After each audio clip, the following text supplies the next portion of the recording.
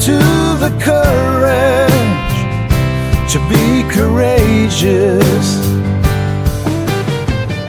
I'm Dan Bolin, and I'm a host of a podcast called The Courage to Be Courageous. I think we're going to have a very fascinating and powerful discussion today. One of the things that all of us are aware of is what's happening under our present administration right now. And we're going to talk about that because we need to have a voice, because the rights not only of the LGBT community are being affected, but all people, even our heterosexual allies, are being affected by that. And that we're going to talk about that, and we're going to take that on.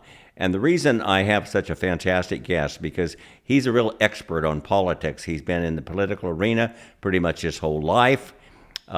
He's served in several positions. I'm going to give you a list of the things that he's served under, and then we're going to build a little credibility with Mike, and then we're going to hear a little about his story of why we need to have a voice in the political arena today.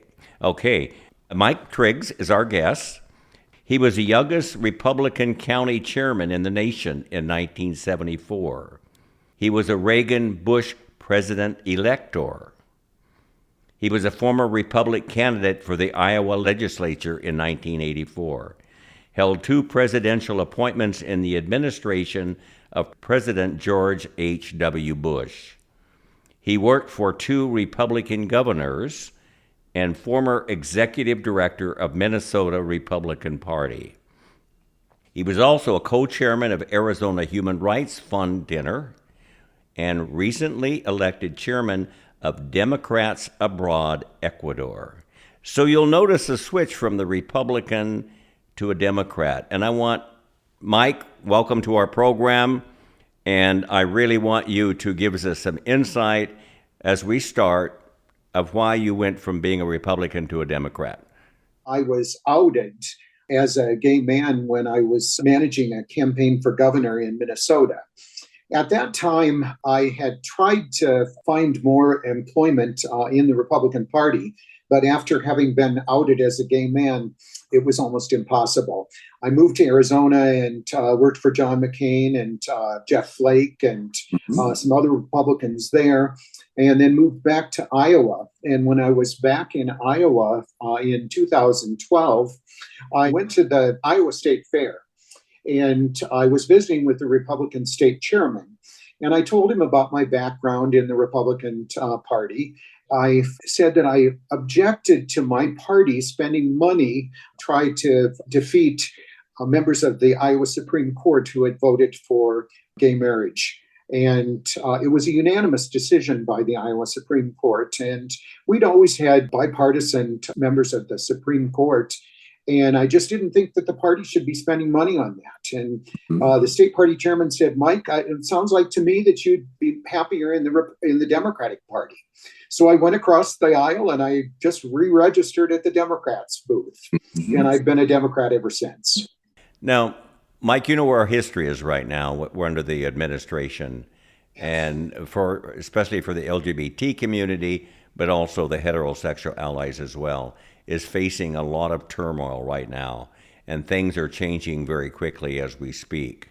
As many of you know, just recently, the LGBTQ suicide hotline, the funds for that were taken away.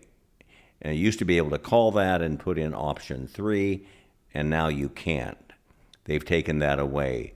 There are approximately, I think it's 6 to 8 senators, Republican senators, on a state level that are trying to make gay marriage illegal.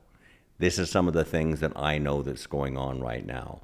So we're seeing a lot of changes, and we're seeing a lot of things that are affecting all human beings as well. I want to make one other comment financially.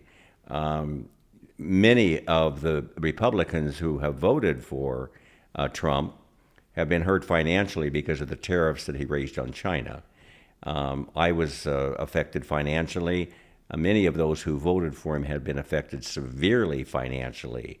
So even those that voted for him are wondering, did I make the right choice? Did I make the right decision? And again, we're not trying to be Democrats, Republicans here. I mean, Mike shared something with me, and he will a little later, I'm sure, about we need a two-party system we need the check and balances, and I believe in that as well, too. But Mike, give me your thoughts on what's happening in the news today, what's happening as you see it in the political arena right now that you want us to be aware of as you're an expert in this field. I'm not sure that I would call myself an expert, but I've worked in politics for probably about 30 years. As far as the LGBT community, it should have come as no surprise to anyone what was going to happen. Anyone that had read anything about Project 25 during the last election, the authors of that document were pretty clear in what they wanted to do. And as soon as Trump got into office, the very first day he started signing executive orders. Also, I'm disturbed by particularly what's happening in the trans community. This last legislative session, many of the states took away the funding for transition for trans individuals. And then the Supreme Court of the United States just this last week concurred that they could do that. So do we see things leading in a direction that we prefer they not lead? It sounds to me. I feel that way. I think we're leading in a direction that we're seeing more rights being taken away. Absolutely. And it's very disturbing that administration is wanting how they wanted to muzzle the press. They've cut off funding for universities, for grants, and for contracts. They've attempted to rewrite history by banning books, anything that has to do with diversity of any sort.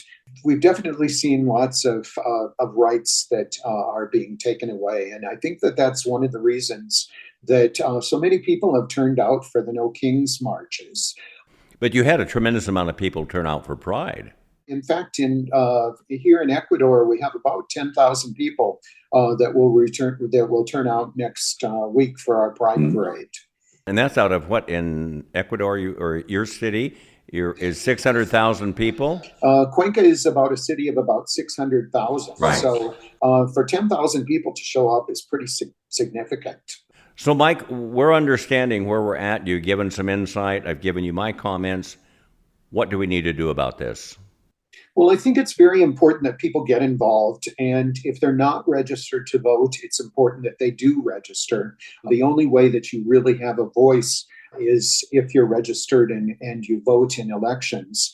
Of course, the next midterm election, there's an opportunity for Democrats to turn things around. The House and the Senate are both up for re-election 2 years from now. Candidates are already starting to come forward and are starting to run. This is the time to get involved in those campaigns. As individuals, you can really make a difference at the grassroots level. I'm very optimistic that we can turn things around and we could elect a Republican House and Senate both. Right now, what's happening with Republicans in Congress is they've essentially just turned over all of their power to President Trump. They're afraid of their shadow, afraid of being primaried in the next election. And so they're just not doing any of their legislative responsibilities and have let him just become a dictator. Again, I'm not here to say Republicans versus Democrats and throw Republicans under the bus. That's not my purpose. What we want is justice, whether it comes from a Republican or whether it comes from a Democrat. We want freedom and justice and fairness, Republican or Democrats, because there's many Republicans right now that are under suppression right now because of the administration under Trump, that they're not being able to really make, I think, decisions that are fair and equitable for everyone because of the pressure of the administration they're under. I think it's a matter of us being able to encourage individuals, whether they're Republican or Democrat, to discuss and do what is fair. We're asking for equality, not to be different or better than anyone else. We just want equality. And I think that getting involved, as you said, on the low level and being able to make a voice, being able to make some changes that we're seeing happen, because sometimes we think Trump is in office for 4 years, now a little less. We just have to live with until it's all over and just guts through it. but I think we can have a voice right now, and we can make some changes right now. Would you agree, Mike? For those of you that do have a congressman that's having a public meeting, show up, speak up, ask questions, pick up the telephone. If you have an opinion on a particular issue, call the switchboard in Washington, D.C. and ask to speak to your Republican or Democrat member of Congress and let them know how you're feeling. Having worked on the Hill myself, I do know that they do pay attention to those particular calls and letters that are coming in. I don't like to necessarily get in political and get involved, but if this is to me is more than political. This is having a voice for what's fair to humanity and equality. And I think that's time I said, I got to have a voice for this. It's too powerful what's happening. It's too wrong in my mind what's happening for all individuals, not just the LGBTQ community, but for all individuals as well, too. For many years, Roe v. Wade was the law of the land, and people just assumed that would be the case forever. We all know that a couple of years ago, that was overturned. When the U.S. Supreme Court approved gay marriage 10 years ago, the vote was 5-4. Right now, it could very easily turn that around. I'd say it's very possible that it could switch to a 6-3 decision and take away those rights. Absolutely. Nobody thought it would help with Roe versus Wade, but look what happened. We have to be ever vigilant, and that's why it's important. Your vote does count, and elections do matter. Well, and I think on these 8 states right now that are considering banning, they're doing it at the state level right now. The states don't have the right to do that. There's legislation that has been introduced in those states. Ultimately, the U.S. Supreme Court ruled in favor of gay marriage. What I see happening is doing something similar, the Supreme Court doing something similar to what they did with Roe v. Wade, and throw it back to the states. In that case, the states would be able to make the decisions. So why are the state senators then making legislation that is not legal for them to make? They're really just rattling the cages, and that legislation is not going to go anywhere. And if it were to pass in Iowa or Idaho or Ohio or wherever, ultimately it's the U.S. Supreme Court's decision. So at this point, they don't have the ability to. Yeah, even though they're doing it, and like you said, it's rattling the cages, but it gives you some indication of where we're at with that, because it would go to the Supreme Court, as you said. So that makes sense. But still, to hear the rattling of it gives me concern. I'm pretty optimistic that even in the most conservative states, those bills are not going to go anywhere, particularly in an election year. So our allies can have a voice too. It's just not about our LGBT community. But if they see something they feel is unfair to our community, then they need to have a voice as well. So it's not just about us having a voice, it's having all of our allies have a voice along with us. Well, sometimes some of us live in red states where it looks hopeless. In your particular case, we can always, as individuals, contribute to candidates that are running in another state. If you're living in California and there's a candidate that you like that's running in Connecticut, get out there, support that candidate. And this is the time to do that. And money does talk in politics, and it's the early money that really is important, as opposed to money that comes in late in the campaign. Now, one of the things that California, of course, I spend the summers in San Diego, that's really hit heavy in our community, particularly in the Los Angeles, is the situation with ICE. You are probably familiar with what's happening there. What's your comments on that? We have a country that's based on laws, and I'm concerned that people's due process is not being afforded them. And it's just important that we keep holding Trump's feet to the fire. So far, the legislature isn't doing it. The only thing that's holding him back are members of the judiciary. And all of it's very disturbing. It's very, the aggressive tactics are very reminiscent of of the Gestapo tactics that occurred in Nazi Germany during the 1930s, when they started going after people that they referred to as vermin. In that case, it was the Jews, and today it's the immigrants from South and Central America, the LGBT community. And sooner or later, it touches your life, your community. It's very, very disturbing. It's not as if that they're taking jobs from American workers. There's not many Caucasian workers that are willing to be out on top of a roof shingling a house in Arizona in the summertime, Right. Or picking lettuce in Yuma, Arizona. I'm just very, very concerned about what is happening. What can we do to help those individuals that are being pursued by ICE? Is there anything we can do other than just have a voice about it, or is there any action that we can take? I know it's uncomfortable for many people that have never carried a sign or never chanted with a group in a march.